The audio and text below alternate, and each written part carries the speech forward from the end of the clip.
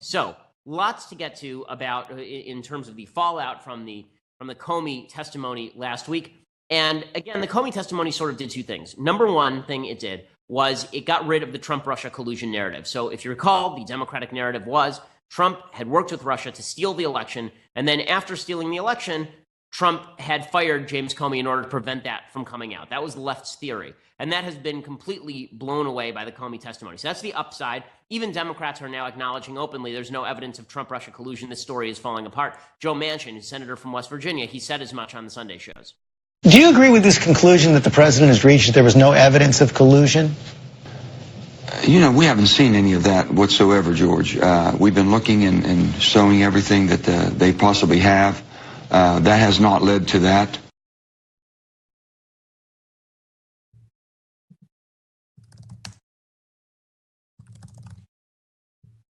Okay, so again, I think that it just demonstrates that the left's narrative on this whole thing has fallen apart. Beyond that, it's also obvious that there's a second aspect of this narrative that is now being drawn out by the left. So the left is now pivoting. Okay, it's like that episode of Friends where Ross is trying to get a couch up the stairs and he's just shouting, "Pivot, pivot, pivot." Well, that's where we are right now. The Democrats are now pivoting off of the Trump-Russia stuff and now pivoting toward the Trump-Flynn stuff. So the most damning part of Comey's testimony, and the part that was apparently codified in a memo, was this part that says that Trump essentially brought Comey into a room by himself, told everybody else to leave, told Attorney General Sessions to leave, told DNI Coates to leave, told everybody to get out, and then turned to Comey and said, "I hope you can find your way clear to letting Flynn go." And Comey says he took that as a directive. Well, a couple of things. Number one, obviously he didn't really take it as a directive because he didn't slow down his Flynn investigation. But what the left would say is, okay, Trump meant it as a directive. Comey may not have taken it seriously enough to act as a directive, but the fact that he was fired over it demonstrates that this is obstruction of justice. And the fact that he said the same thing to Dan Coates, the director of national intelligence, and the same thing to the National Security Agency leader, Mike Rogers. He said the same thing, that he wanted to let Flynn go. He said it to all these people. That means it's obstruction of justice. So I think that it is worthwhile now for you to understand just what obstruction of justice is before we get to the left's kind of falsification of what obstruction of justice is, because the left is all over this thing. The left is trying to claim now that Trump has committed some sort of crime. I want to go through the actual law. So Professor Alan Dershowitz said last week that there is no obstruction of justice. He said, quote, "The president could have told Comey, 'You are commanded, directed to stop the prosecution against Flynn.' The president has the right to do that." Comey acknowledges that. He says in the statement that historically, presidents have done that to the Justice Department. So there's a fair bit of legal debate over whether Professor Dershowitz is correct about this. But the general idea is the FBI director works for the president. The president can fire whoever he wants. Remember, Nixon was not actually prosecuted criminally for obstruction of justice. He was impeached. And it's important to keep this in your mind, okay? Because when you talk about impeachment, Trump does not have to have committed technically a crime in order to be impeached. All that has to happen is the Congress thinks he's done something bad enough to impeach him. You don't have to be convicted of a crime in order to be impeached. The reason that's worth noting is, one, the left, when they claim that Trump did something illegal, they can be wrong and still try to impeach. And two, just because Trump didn't do anything illegal doesn't mean that he was acting very smart or good with regard to FBI Director Comey. Now, Trump obviously has the right to fire the FBI director. Whether he has the right to intimidate the FBI director is another story. So there are three statutes, but here's the problem. There are three statutes that basically cover obstruction of justice federally. There are three statutes. None of them appear to apply in this case. None of them appear to apply to President Trump, even if you took the most egregious Comey-like reading of what Trump was saying. Right? Even if you took the most egregious reading and you said what Trump really meant was, you better let this Flynn go or I'm going to fire you. Right? Even if Trump said that, it's not clear it's obstruction of justice. So here are the three provisions of federal law. One is 18 U.S. Code 1503. This is called the Omnibus Clause. The Omnibus Clause, with regard to obstruction of justice, covers, quote, corruptly or by threatening letter or communication, influencing or impeding or endeavoring to influence, obstruct or impede the due administration of justice. So that sounds pretty bad, right? Because if you assume there's an FBI investigation going on and he's trying to threaten, to influence, then that's obstruction. But the clause legally requires a pending judicial proceeding. So it's not enough for there to be an FBI investigation. There actually has to be like a trial going on, and then you try to threaten a prosecutor, right? That would be obstruction of justice. But we don't know of any pending judicial proceeding against Mike Flynn. We also don't know of any pending judicial proceeding with regard to the Trump-Russia stuff. In fact, good shot that a lot of this was a counterintelligence investigation, not necessarily a criminal one. Counterintelligence investigations are not pending judicial proceedings. Furthermore, the Supreme Court is pretty exacting on the application of this law. A prosecutor would need to show that Trump's conduct, quote, materially impeded the investigation. And even Comey has said that really didn't happen, right? Comey said that he didn't actually do anything to shut down the investigation. Okay, so that's provision number one. Provision number two is 18 U.S.C. 1512C. And the reason I'm going through this is because I want people, left and right, to have a good picture of what the law is before they start spouting off nonsense. 18 U.S.C. 1512C. This provision of the law covers anyone who, quote, obstructs, influences, or impedes an official proceeding or attempts to do so. It's not clear an FBI investigation is an official proceeding. And in this case, you'd actually have to prove intent. You'd have to prove that Trump actually wanted to shut this down. And typically, that doesn't just mean saying things. It means you have to take, quote, a substantial step toward the accomplishment of shutting it down. And as Flynn has testified, he is not aware that there was really any hard evidence to attempt to shut down the Flynn investigation. So it would be a long punt to have to try and prove this. Finally, there's 18 U.S.C. 1519. This is the provision covering destroying evidence related to a federal investigation. So this one would basically say that if this would deal like specifically with a federal investigation, like an FBI investigation. If Trump had destroyed documents, that's one thing. Him saying something to Comey is not the same thing. So in other words, just from a fact-checking perspective, the idea that Trump committed obstruction of justice, very, very questionable. Now, does that mean that Trump is pursuing a smart strategy in response to this stuff? Doesn't mean that it's smart how Trump is responding to it? Not particularly. Trump's best strategy here would be to say, listen, I didn't mean to impede an investigation. I was just spouting off. I spout off all the time. I said some stuff to Comey. Big frickin' deal. What you going to do about it? Right? I mean, Obama did the same thing with the IRS. Loretta Lynch did the same thing with Comey with regard to the Hillary investigation. I don't see the left going nuts over this. This would be his smartest strategy. And as far as the Lynch stuff, even the left acknowledges now that the Loretta Lynch stuff is very damaging because Loretta Lynch basically did straight out what the left is accusing Trump of doing with regard to Comey. So if you recall back to last week, James Comey testified that Loretta Lynch, who is Obama's attorney general, told him she wanted the Hillary investigation referred to as a quote-unquote matter. And he said that he felt nauseous, or queasy, I think is the word he used, with regard to Loretta Lynch's involvement in the Hillary investigation. Now, this goes to Comey's credibility. It really does, because the fact is, Comey didn't say anything publicly. Comey didn't call out Loretta Lynch. He didn't actually stop her from getting what she wanted. In fact, he started using the term matter just like Loretta Lynch wanted him to, which suggests that Comey is a guy who really wants to keep his job. I mean, he wanted to keep his job with Trump. He wanted to keep his job with Obama. Comey, for all of his rectitudinal talk about how he is the spine of moral decency, this is a guy who didn't say much when Loretta Lynch said, I want you to basically skew this thing. Instead, what he did is he said, listen, I think Hillary's innocent, so I'm going to do Loretta Lynch's work for her so Loretta Lynch won't be accused of having skewed the investigation. That's pretty crazy, right? I mean, that's bad stuff with regard to James Comey. The left realizes this is pretty damaging right now. And so here is Dianne Feinstein, the Democratic senator from California, basically acknowledging that what happened to Loretta Lynch is pretty bad and has to be investigated. Now, the reason that Dianne Feinstein is saying that, of course, is because she wants to be able to say, listen, Loretta Lynch should be investigated, and so should the president. That's smart by Dianne Feinstein. They understand that the Loretta Lynch story is a problem. Here's the Senator Feinstein from my state, California. I think we need to know more about that. And there's only one way to know about it, and that's to have the Judiciary Committee take a look at that.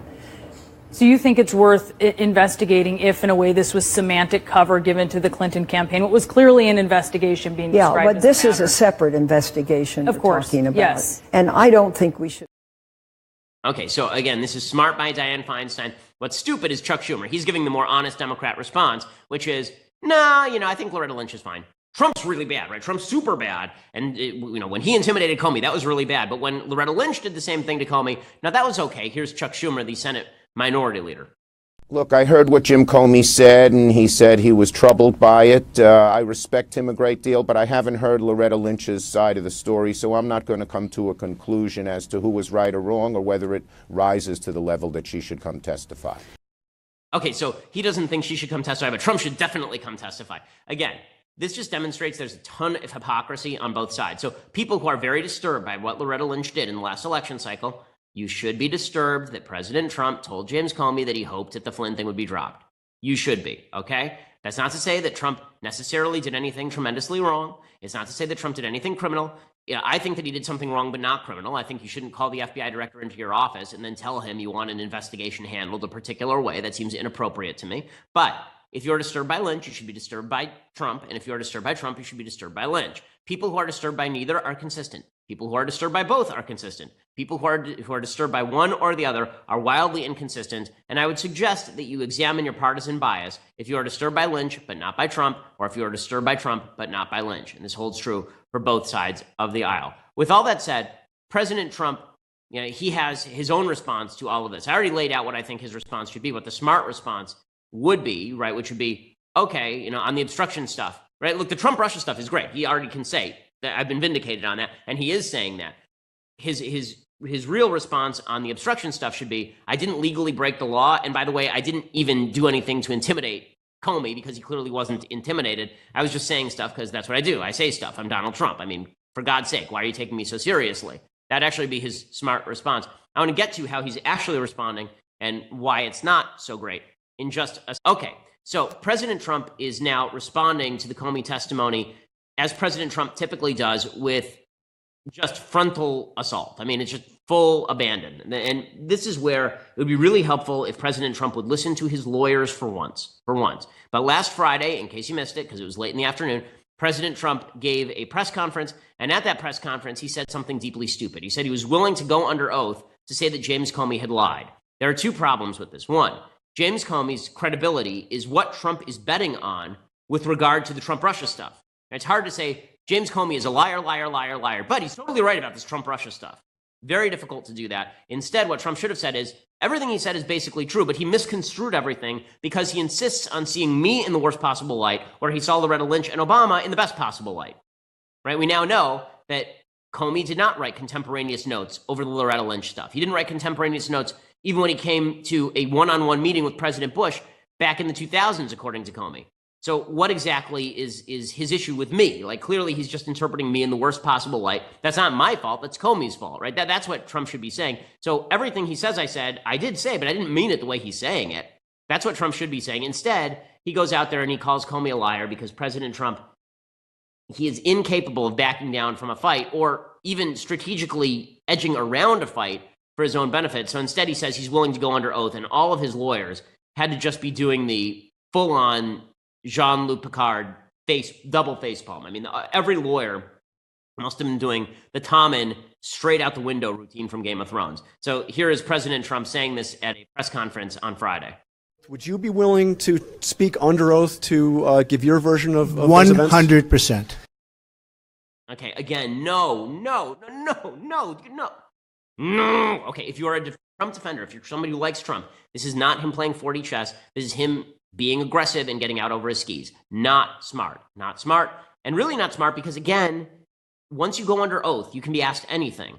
And then, is Trump the kind of guy who, he's casual with how he talks. Even if you want to say he's not a liar, he's casual with the truth. Okay, casual with the truth is a very kind interpretation of things that President Trump has said in the past. This is a guy who accused Rafael Cruz of killing JFK. Okay, truth is not President Trump's strong suit. Him going under oath is just a mistake for the ages if he were to do it, which is why he's not actually going to do it. He's just sort of saying it. But the problem is, by him saying it, now the Senate Democrats are saying, well, fine, here's your invitation. Come on down. And we're not going to take you seriously until you do go under oath. That's a mistake. Another mistake. Trump is still hanging on to this tweet. He tweeted out that he has tapes of James Comey with him, or he said, what he really said was, James Comey better hope that there are no tapes. Hey, first of all, don't try to intimidate James Comey by saying that you might have tapes, okay? James Comey knows this game better than you do, Mr. President. And second of all, once you say you have tapes, now you actually are in obstruction of justice territory. Remember, one of the three statutes that I cited was a statute that said you're not allowed to destroy evidence in the middle of a federal investigation. So now, what happens if Trump comes out and he says there are no tapes? Well, people are going to say, okay, we're going to subpoena the tapes. And then what if he says there are no tapes? People might claim there were tapes because you implied there were tapes and you refused to say there were not tapes. They might say, well, there were tapes and you destroyed the tapes. It's just not smart. Here's Trump talking about the tapes again. When will you tell us about the recordings? Over a fairly short period of time. Are there tapes, sir? Oh, you're going to be very disappointed when you hear the answer. Don't worry. Okay, so if we're going to be very disappointed when we hear the answer, why is everything a reality show reveal? Like, you're the president. Just say, no, there are no tapes.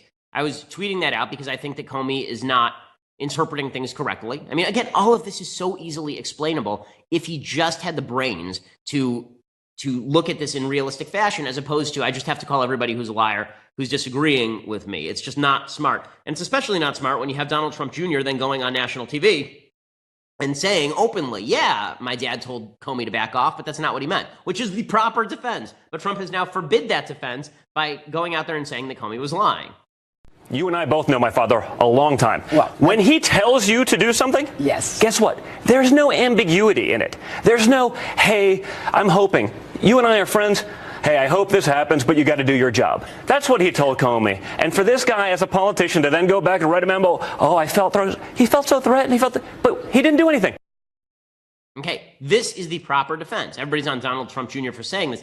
This is the proper defense, but Trump has already kind of foreclosed that defense by doing the whole Comey lied about the entire situation. And then Trump goes out on Twitter and he says, I believe the Comey leaks will be far more prevalent than anyone ever thought possible. Totally illegal, very cowardly. Okay, again, if we're going to talk about cowardly leaks, the president leaks all the time. We'll talk about the legality of Comey's leaks. Forget about what you think of Comey. Forget about what you think of Trump. This is not smart strategy. It's just not smart strategy. And it's unnecessary, particularly because right now, Trump is starting to do some good things. So last week, end of the week, President Trump, he suddenly nominated a bunch of conservative judges to fill a lot of appeals courts vacancies. Good. This is good. He should be leading with that. That's what he should be talking about. You know, even in that tweet storm where he goes after Comey, he's talking about the good in the economy, and then he goes after Comey. How about just talk about what you want to talk about?